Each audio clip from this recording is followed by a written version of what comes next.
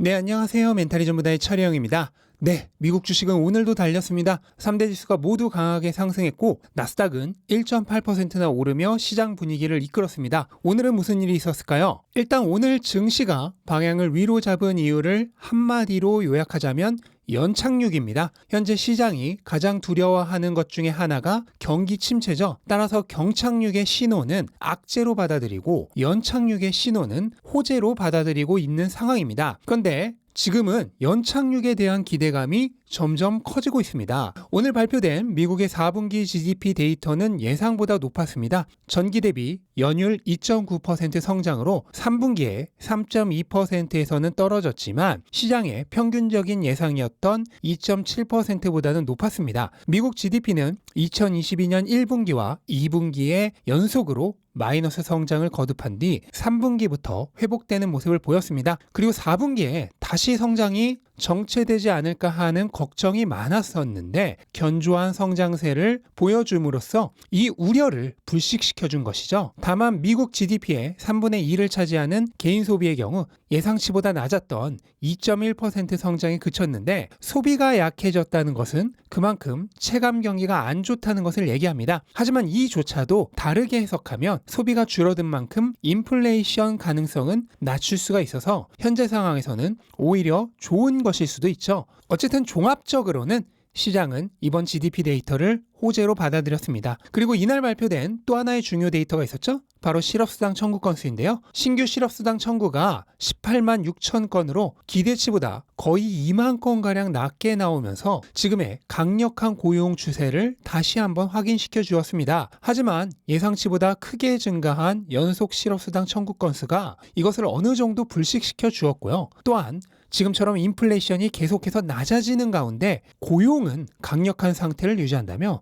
이건 역시 오히려 연착륙의 신호가 아니냐는 해석도 나오고 있습니다. 특히 지금의 강한 고용이 고소득직보다는 저소득직을 위주로 하고 있다는 점에 주목할 필요가 있습니다. 현재 빅테크 기업들을 비롯한 대기업들은 계속해서 해고를 지속하고 있죠. 그리고 이 해고자들은 대부분 높은 교육 수준을 요구하는 고소득직들입니다. 반면 코로나로 인한 은퇴자 증가와 이민자의 감소로 일반 근로직은 부족한 상황이 지속되고 있습니다. 그리고 이들이 소비하는 것은 대부분 생필품이고 이들이 고용이 되었다고 해서 인플레이션을 증가시킬 만큼 큰 지출을 하지는 못합니다. 하지만 전반적인 경제를 뒷받침해 줄 정도의 지출 능력은 가질 수 있게 되죠. 따라서 지난번 고용보고서 발표 때도 드러난 것처럼 고용은 증가했지만 임금 상승률은 오히려 하락하는 바람직한 결과로 이어질 수 있는 것입니다. 이처럼 같은 지표를 놓고도 시장은 분위기에 따라 해석을 완전히 다르게 합니다. 한 2, 3주 전쯤에 실업수당 청구 건수가 이렇게 낮게 나왔으면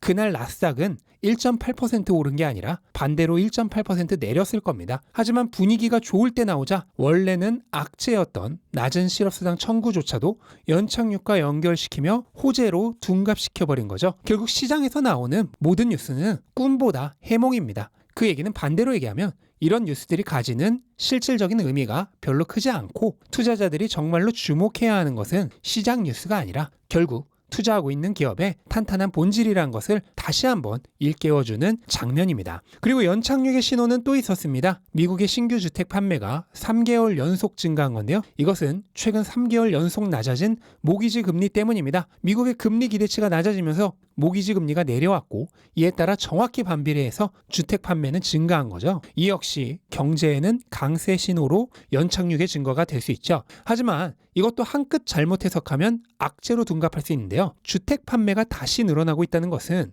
향후 인플레이션에는 악재로 작용할 수 있습니다. 주택 판매가 늘어나면 주택 가격이 오를 거고 주택 가격이 오르면 시간차를 두고 거주비가 오르기 때문이죠. 그런데 이런 징후들이 벌써부터 나타나고 있는 것을 보니 과연 인플레이션이 연준의 목표치인 2%까지 내려갈 수 있을까 하는 점에 있어서 의문이 사라지지가 않습니다. 지속적으로 말씀드려왔듯 저는 향후 2%의 물가를 달성하기가 어렵다고 보고 있습니다. 2%에 도달하기 전에 금리를 내려야 할 것이고 인플레이션은 또 오를 겁니다. 결과적으로 고인플레이션이 계속되면서 화폐 가치가 빠르게 하락하는 저금리 고물가 시대는 당분간 막기 어려울 것으로 보입니다. 다만 당장의 물가는 조금 더 내려갈 여지가 있습니다. 한국 시간으로 오늘 밤에도 엄청나게 중요한 PCE 물가지수 발표가 있죠. PCE 물가가 계속해서 하락 추세를 확인시켜 주어야만 시장이 상승을 지속할 수 있을 겁니다. 현재 시장이 기대하는 근원 PCE 상승률은 4.4%입니다.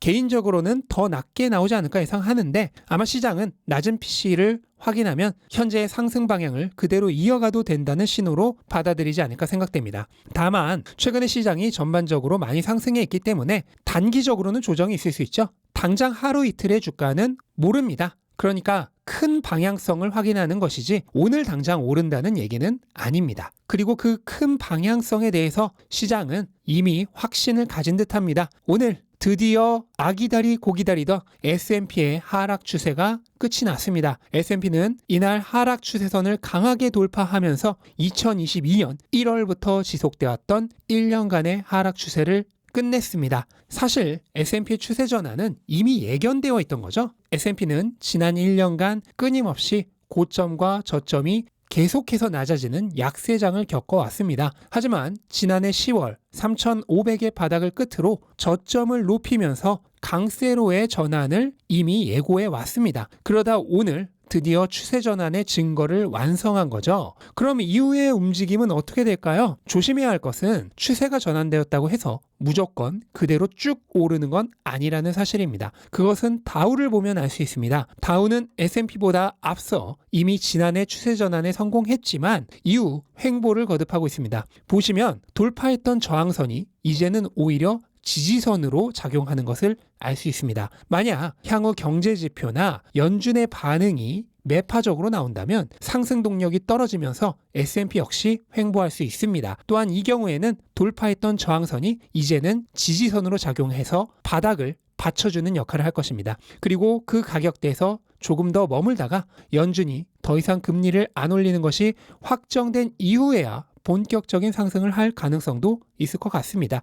어쨌든 이제 S&P까지 추세가 바뀌었으니 그 다음은 나스닥인데요. 나스닥은 아직 조금 더 남았습니다. 가장 위험 자산이다 보니 가장 늦게 차례가 오는 거죠. 언제나 안전자산부터 순차적으로 차례가 온다고 계속해서 말씀드려왔죠. 물론 눈치가 빠른 사람들은 그 안전자산들의 추세가 바뀌었을 때 이미 흐름을 잃고 위험 자산에 가장 먼저 진입을 했겠죠. 저 역시도 금과 다우가 추세가 바뀌었을 때 이미 그 다음은 S&P고 그 다음은 나스닥이 될 것이라고 계속해서 말씀드려 왔습니다. 그리고 드디어 S&P까지 추세 전환에 성공한 거죠. 그런데 사실 나스닥은 아직도 쌉니다. 고점 대비해서는 여전히 30%나 낮고 바닥 대비해서도 15% 정도밖에 오르지 않았습니다. 하지만 사람들은 싸기 때문에 안 사죠. 비싸져야지만 삽니다. 왜 반대로 행동할까요? 얼마가 되어야 정상인지를 모르니 당연히 당장의 가격이 올라야지만 살 수 있는 것입니다. 하지만 얼마가 정상인지를 아는 사람은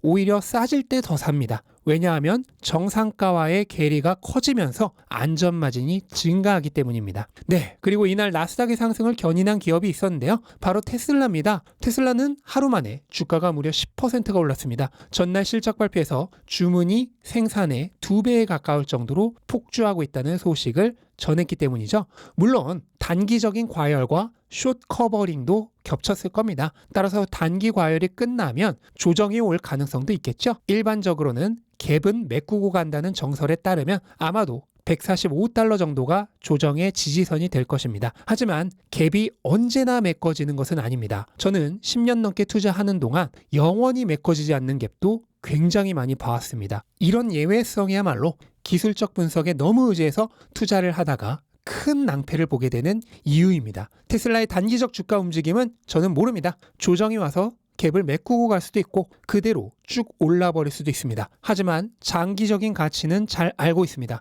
따라서 단기적인 가격 움직임에는 별 관심이 없습니다. 결국은 가치에 적합한 가격으로 수렴할 것이라는 사실을 알고 있기 때문이죠. 테슬라의 가격은 장기적인 기업 가치와 비교하면 여전히 터무니없을 정도로 쌉니다. 따라서 트레이더들에 의해 단기적으로는 주가에 큰 변동성이 발생할 수 있지만 장기 투자자라면 별로 걱정할 필요가 없다고 말씀드리고 싶습니다. 걱정해야 할 것은 시장 변동성이 아니라 기업의 지속적인 현금 창출 능력입니다. 기업이 지속적으로 기대만큼의 수익을 만들어낼 수 있는가? 이것이 곧 기업의 가치이고 이러한 기업의 가치가 오르고 있다면 가격은 시간이 가면 알아서 오르게 되어 있습니다. 따라서 예측할 수 없고 컨트롤할 수도 없는 가격에 시간과 에너지를 쏟지 마시고 예측할 수 있고 컨트롤할 수 있는 가치에 시간과 에너지를 투자하셨으면 좋겠습니다. 그리고 그러한 투자를 장기간 유지하면 반드시 부자가 되죠.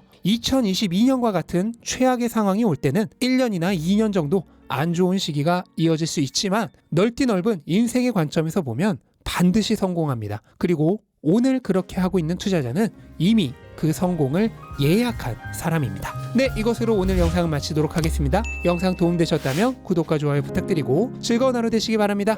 감사합니다.